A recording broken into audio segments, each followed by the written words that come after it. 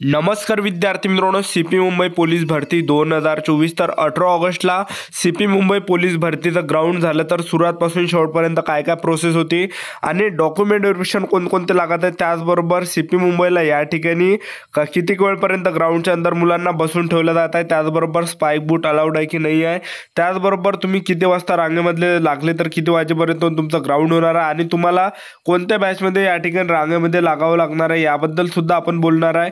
आणि मुलं या ठिकाणी कोणकोणत्या चुका करत आहे ज्या की तुम्हाला या ठिकाणी करायच्या नाही आहे. तर 18 ऑगस्टला सीपी मुंबईचं ग्राउंड कशा प्रकारे झालं, सुरुवातपासून शेवटपर्यंत या ठिकाणी काय काय प्रोसेस होत आहे, डॉक्युमेंट कोणकोणते ते अंदर चेक करत आहे आणि किती वेळपर्यंत या ठिकाणी मुलांना बसून ठेवलं जातं आणि तुम्ही किती वाजता रांगेमध्ये लागले तर किती वाजेपर्यंत तुमचं ग्राउंड होणार आहे. तर ग्राउंडच्या अंदरची संपूर्ण माहिती सांगणार आहे. पहिला इव्हेंट झाल्यावर किती मिनिटाचा तुम्हाला टाइम भेटते, आराम भेटते, आणि दुसरा इव्हेंट झाल्यावर तुम्हाला किती मिनिटाचा टाइम भेटते रेस्टसाठी, आरामसाठी. तर संपूर्ण माहिती तुम्हाला ग्राउंडच्या अंदर ती सांगणार आहे. तुम्हाला कोणकोणत्या चुकांनी करायच्या, कोणकोणत्या गोष्टीचं लक्ष ठेवायचं आहे. तर आजच्या व्हिडिओच्या माध्यमातून पूर्ण माहिती तुम्हाला सांगणार आहे की 18 ऑगस्टला सीपी मुंबईचं ग्राउंड कशा प्रकारे झालं याबद्दल. तर आजचा व्हिडिओ खूप महत्त्वाचा होणार आहे. व्हिडिओ शेवटपर्यंत बघा आणि व्हिडिओला आताच लाईक करा. नमस्कार विद्यार्थी मित्रांनो, नोकरी लाईन मराठी यूट्यूब चॅनलवर तुमचं सर्वांचं सहर्ष स्वागत आहे. तर मित्रांनो, व्हिडिओचा थंबनेल बघून तुमच्या लक्षात आलं असेल की आपला व्हिडिओ कोणत्या टॉपिकवर होणार आहे.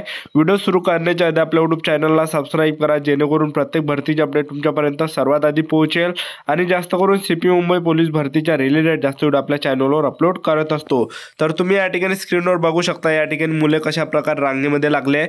तर ही जी रांग आहे, जे विद्यार्थी मित्रांनो, खूप मोठी रांग आहे, ठीक आहे, आणि भरपूर मुले या ठिकाणी एका दिवशी येत आहे आणि एका दिवशी जवळपास 8 ते 9 हजार मुलं बोलावल्या जातात आणि त्यामधले काही मुलं गैरहजर या ठिकाणी राहत आहे.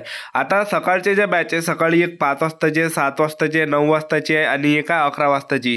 आणि तुमचं जर रिपोर्टिंग टायमिंग 2 वाजताचा असेल आणि तुम्ही जर सकाळी 5च्या किंवा 6च्या बॅचमध्ये गेले आणि तुम्ही ह्या रांगेमध्ये लागून तुमचा नंबर आला तर तुम्हाला ज्या विद्यार्थी मित्रांनो बाहेर केला जाणार आहे. कारण की ते पोलीसवाले तुम्हाला एकच म्हणणार आहे की बा तुमचा जो रिपोर्टिंग टाईम आहे त्या रिपोर्टिंग टाइमवर तुम्ही या, ठीक आहे.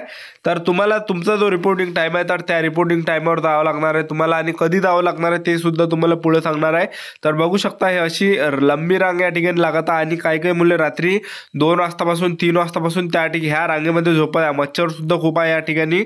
तर सर्वात अगोदर ते गेटच्या अंदर घेतलं आहे 5 वाजता. 5 वाजताची पहिली बॅच आहे यामध्ये. तर सकाळी 5, 7, 9 च्या अशा या 3 बॅचेस ज्या मिक्सर राहते, यामध्ये मिक्स राहते, ठीक आहे. तर सर्वात अगोदर मुलांना या ठिकाणी गेटच्या अंदर घेतलं. आज गेटच्या अंदर घेतल्यानंतर हॉल तिकीट चेक केल्या जात आहे आणि आणखीन तिथं जवळपास 2 घंटे मुलांना बसून ठेवलं जात आहे आणि ते थोडं सूचना देते की बा आपल्या बॅगमध्ये जे पण असेल, बाम वगैरे असेल, त्याचबरोबर काही जे पण औषध वगैरे असेल तर काढून घ्या, कारण की समोर बॅग चेक होणार आहे. तर हे झाल्यानंतर आणखीन एक रांग ते अशा म्हणजे 5 ते 6 रांग म्हणजे 8 रांगा ते बसवते आणि एक रांग उठवते आणि पुढे त्यांना पाठवते. पुढे जे जवळपास 8 ते 9 टेंट टाकलेले आहे आणि प्रत्येक टेंटमध्ये जे विद्यार्थी मित्रांनो प्रत्येक एका मुलाची बॅग चेक केल्या जात आहे आणि बॅगेमधून सगळं काढलं जातं आणि पाहता येते की आपल्या बॅगमध्ये झेंडू बाम वगैरे आहे का, त्याचबरोबर गोळ्या वगैरे आहे का, असं काही जर तुमच्या बॅगेमध्ये आढळलं तर ते जे घेणार आहे आणि ते डस्टबिनमध्ये टाकणार आहे, ठीक आहे.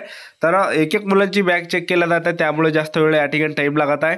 तर हे झाल्यानंतर आणखीन ते खिशे वगैरे चेक करत आहे आपल्या खिशामध्ये काही आहे का.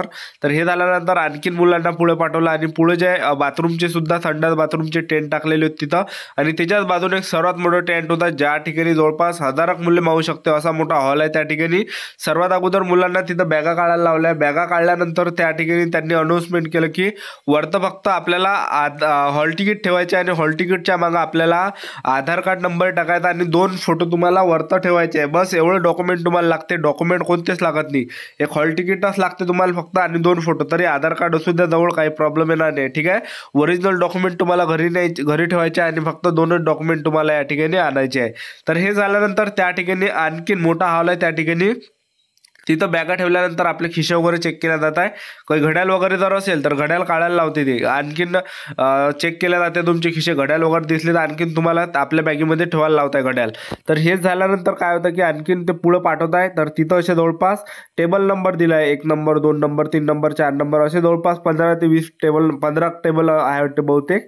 तर एका टेबलमध्ये जवळपास 100 मुले एका टेबलवर ते म्हणजे रांग करून राहत आहे. 100 ते 150 मुलं एका टेबल नंबरवर, आणि तुम्हाला तिथच्या प्रत्येक पोलीसवाल्याला विचारायचं आहे की मी कोणत्या टेबल नंबरवर जाऊ, कारण की त्या टेबल नंबर जो असतो आता मी तुम्हाला एक उदाहरण देतो. एक टेबल क्रमांक आहे 5 नंबरचा, तर त्याच्या खाली आपला रोल नंबर दिला राहते की ह्या रोल नंबर ते ह्या रोल नंबरपर्यंत ह्या मुलांचे ह्याच विद्यार्थी या रांगेमध्ये लागणार आहे. तर तुम्हाला तिथल्या पोलिसांना विचारायचं का माझा रोल नंबर तुम्ही पहा आणि मला या ठिकाणी कोणत्या रांगेमध्ये लागायचा एवढं तुम्ही विचारा. नाहीतर काय होणार आहे, तुम्ही जर समजा एक मुलांची त्या ठिकाणी हॉल तिकीटला ते शिक्का वगैरे देताय आणि 100 मधून जर तुमचा नंबर आला त्या ठिकाणी आणि तुम्ही जर दुसऱ्या रांगेमध्ये असले तर तुम्हाला ते काय म्हणणार आहे, तुम्ही तिकडल्या रांगेमध्ये जा ज्या ठिकाणी तुमचा रोल नंबर असेल आणि आणखीन नव्यानं तिथं रांगेमध्ये लागा तुम्ही.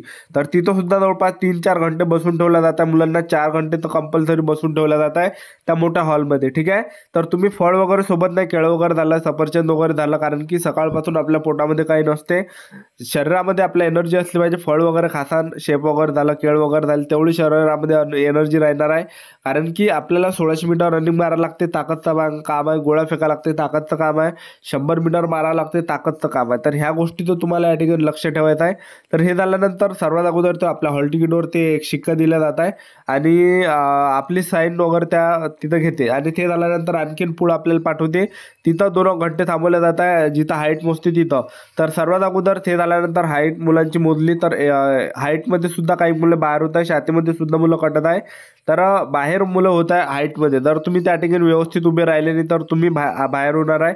जेवढी हाईट त्यांना लागते तेवढी ते हाईट ते घेत आहे, 165 सेंटीमीटर. ठीक आहे, आणि छाती त्या ठिकाणी घेत आहे. छाती झाल्यानंतर त्या डिजिटल ज्या विद्यार्थी मित्रांनो ते डिजिटल मशीन आहे. ठीक आहे, कारण की कसं आहे की तिथं आपण उंचीसाठी उभं राहिलो तिथं सर्व आपलं दाखवते आपली छाती किती आहे, आपलं वजन किती आहे, आपली उंची किती आहे. ठीक आहे, तर उंची मोजायच्या वेळेस ते काय करत आहे, शर्ट वगैरे काढायला लावत आहे, बूट वगैरे काढायला लावत आहे. आणि ते झाल्यानंतर आपल्याला आणखीन तिकडल्या रांगेमध्ये पाठवते चेस्ट नंबरसाठी. तर तिथं सुद्धा जवळपास कंपल्सरी 3 घंटे बसावं लागत आहे. म्हणजे 8 घंटे आरामात प्रत्येक मुलांना त्या ठिकाणी बसावं लागत आहे. तर चेस्ट नंबरसाठी त्या ठिकाणी एक रांग ते उठवत आहे, 100 मुलांचे, आणि चेस्ट नंबर दिला जात आहे. चेस्ट नंबर दिल्यानंतर आणखी तिथं आपली हॉल तिकीट ते त्याच्याच बाजूला हॉल तिकीट व्हेरिफिकेशन करते आणि चिप वगैरे आपल्याला तिथं देते. तर चिपाचे जेव्हा हॉल तिकीट व्हेरिफिकेशन होते त्यावेळेस चिपसुद्धा स्कॅनिंग केले जाते आणि आपला एक फोटोसुद्धा त्या ठिकाणी काढला जाता आणि आपला थंबसुद्धा त्या ठिकाणी घेतला जातात. तर अशी प्रोसेस अंदरली आणि आपल्याला सिग्नेचर मारावं लागत आहे. आणि एवढं झाल्यानंतर आपली व्हेरिफिकेशन झाली, हॉल तिकीट आपल्याला समोर बसलेले राहते मुलं जवळपास 100 त्यामध्ये आपल्याला पाठवते आणि पोलीसवाला तिथं नाव घेते. आपलं व्हेरिफिकेशनचा कागद त्यांच्याजवळ जाते तर ते नाव घेते आपलं. तर त्यामध्ये आपल्याला चुपचाप आपलं नाव ऐकत आहे. त्या ठिकाणी आपलं नाव आलं तर एका पोलिसाजवळ आपल्याला जायचं आहे. त्यांनी जे ते म्हणते तेच आपल्याला, म्हणजे चेस्ट नंबर असते एका पोलिसांचा, तर तो आपल्याला लक्षात ठेवायचा आणि त्या गँगीत आपल्याला राहायचा 50. म्हणजे एक पोलीसवाला त्या ठिकाणी डिटेल या ठिकाणी नेत आहे. एक पोलीसवाला 50 मुलांची डिटेल नेत आहे, त्याच्यासोबत आपल्याला जायचं आहे. आणि पहिला जो त्यांनी घेतला तो होता 100 मीटर आणि 100 मीटरला 4 मुलं ते सोडत आहे. स्पाईक बूट अलाउड नाही आहे. ज्यांना स्पाईक बूट आणला त्यांना हाकलून देत आहे, म्हणजे हाकलून देत आहे. 1600 मीटर झालं, 100 मीटर झालं ते घालू देत नाही आहे स्पाईक बूट. ठीक आहे, 4 मुलं ते 100 मीटरसाठी सोडत आहे. 100 मीटर झाल्यानंतर जवळपास 10 मिनिटाचा टाईम भेटते तुम्हाला आराम करायसाठी. थकल्यावर तुम्ही बसू शकता त्या ठिकाणी 10 मिनिट झाले की 1600 मीटर ते सोडत आहे. 1600 मीटरला त्या ठिकाणी सेन्सर आहे, सेन्सरपासून निघाले तसेच तुमचे टायमिंग चालू होते आणि आपल्याला ते अगोदर सांगून देते. 1600 मीटर रनिंगसाठी ते 150 मुलं सोडत आहे. 3 बॅच तिथं सोडत आहे. पहिली बॅच सोडते 2-2 मुलांच्या जोड्याने पहिली बॅच, त्यानंतर दुसरी बॅच, तिसरी बॅच, अशी 150 मुलं ते एका टाइमला सोडत आहे. आणि तुम्हाला जे विद्यार्थी मित्रांनो काही 1600 मीटर रनिंग झाल्यानंतर जवळपास 10 ते 15 मिनिटाचा ते म्हणजे आरामसाठी टाईम देते आणि त्यानंतर गोळाफेक ते घेत आहे. ठीक आहे, तर गोळाफेकसाठी 3 चान्स आहे. पहिला जरी तुमचा फेल गेला तरी सुद्धा तुम्हाला 2 चान्स दिला जाते, म्हणजे 3 चान्स गोळा फेकला आहे. अशा प्रकारे या ठिकाणी ग्राउंड होत आहे. जे मुलं तुम्हाला सांगतो या ठिकाणी कोणत्या बॅचमध्ये जायचं आहे. तुमचा जर रिपोर्टिंग टाईम सकाळी 7 किंवा 11चा असेल किंवा 9चा असेल तर तुम्ही सकाळी 6 वाजता त्या ठिकाणी रांगेमध्ये लागू शकता किंवा 7 वाजता रांगेमध्ये लागू शकता, जेणेकरून तुमचं ग्राउंड 2-3 वाजेपर्यंत होणार आहे. 2 वाजता 3 वाजताच्या अंतर. ठीक आहे, आणि तुमचे जर या ठिकाणी 2 वाजता जर रिपोर्टिंग टाईम असेल तर तरीसुद्धा तुम्ही या ठिकाणी 12 वाजता सुद्धा त्या ठिकाणी लागू शकता. आणि तुमचा रिपोर्टिंग टाईम 9 वाजताचा आहे किंवा 11 वाजताचा आहे आणि तुम्ही जर 10-11 वाजता जर लागले तर तुम्हाला या ठिकाणी जास्त टाईम लागणार आहे. तर ग्राउंडसाठी तर जास्त टाईम म्हणजे तुमचं या ठिकाणी जे फिजिकल आहे 5-6 वाजेपर्यंत या ठिकाणी होणार आहे. तर अशा प्रकारे जे प्रोसेस आहे या ठिकाणी. तर ही होती संपूर्ण माहिती की 18 ऑगस्टला CP मुंबईचं ग्राउंड कशा प्रकारे झालं याबद्दल. तर ही होती संपूर्ण महत्त्वाची माहिती आजच्यासाठी. तर भेटाय नेक्स्ट व्हिडिओमध्ये. जय हिंद, जय भारत.